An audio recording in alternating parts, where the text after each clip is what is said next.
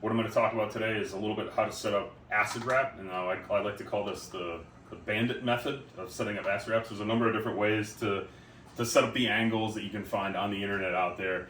This is just the way that I do it. It's the way that I kind of figured out how to do. Makes it a lot easier than trying to create, like, print a wheel every single time. And I've seen a number of different methods using like coat hangers and such. So this is the way that I kind of figured out how to do it. So what you'll need is an angle finder like this. This is a Johnson magnetic angle finder. This is one that you can find on Amazon, or I think they even sell this at Harbor Freight. And basically what it is it's an angle finder that can find different angles for you. Now it's got two sides. It's got a magnetic side, and then it's got like this slotted side. I tend to use the slotted side. And the other thing that you're going to need is a guide alignment tool. Now there's a number of different ones. This happens to be a CRB Pro guide alignment tool. There's the plastic ones. Those ones tend to work well also. But essentially what I'm going to do is I'm going to put my reel seat, and all my grips are already all glued on. And in order to find the angles, all I'm going to do is I'm going to take my Johnson angle finder. I'm going to press it up against the side of the guide alignment tool, and then I'm going to find my angle. So in this case, I'm doing a revolver wrap. So my revolver wrap is my first guide's at a -5. So if the crank on my reel's on the right side, I'm going to want to go to the right initially. And the whole goal of getting that -5 on that first guide is so that not all the line ends up on one side of the reel when you're reeling back in. So in the case you have like some type of lever drag kind of reel.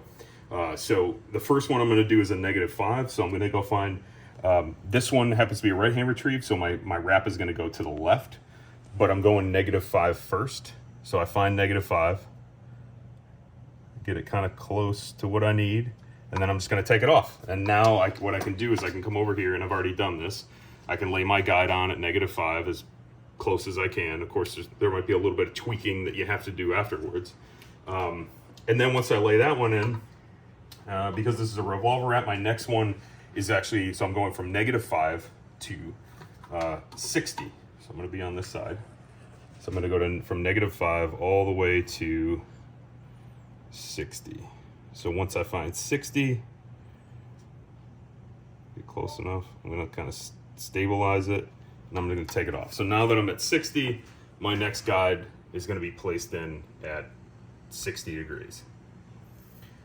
So then my next guide in a revolver wrap, because I go -5, 60, 120, then 180. So it's a 60-degree increment for the most part from 0. So I'm going to go here, back to here. I'm going, now it goes 0 to 90, and then 90 counting back down. So I'm just going to bring it all the way back to 60 right here, and that'll give me 120 degrees. So once I get to 120 degrees, just remove it. And now I'm going to place in my guide here. That's going to be my last turn, essentially. And then now all I'm going to do is I'm going to go find 180. So I'm going to bring it all the way down to 0. And then I'm going to obviously start placing the rest of my running guides all the way out. What you'll find with this particular system, the way you do it, there's going to be a minimal amount of adjustment. I think the last route I did, I maybe adjusted 2 guides. The rest of them were good. So the first thing I'm going to do is I'm going to look down through my guide alignment tool, make sure my first guide is close to a -5, and then I rotate it all the way around, making sure that there's even spacing between the turning guides.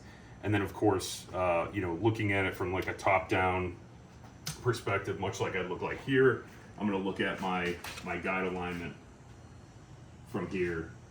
Usually I use just a regular stand to do that. And then of course make sure my running guides are all straight. How I set up the guides, so with a revolver wrap, this is just how I do it. Usually what I do is I go from the reel seat itself, I go anywhere from 18 to 22 inches.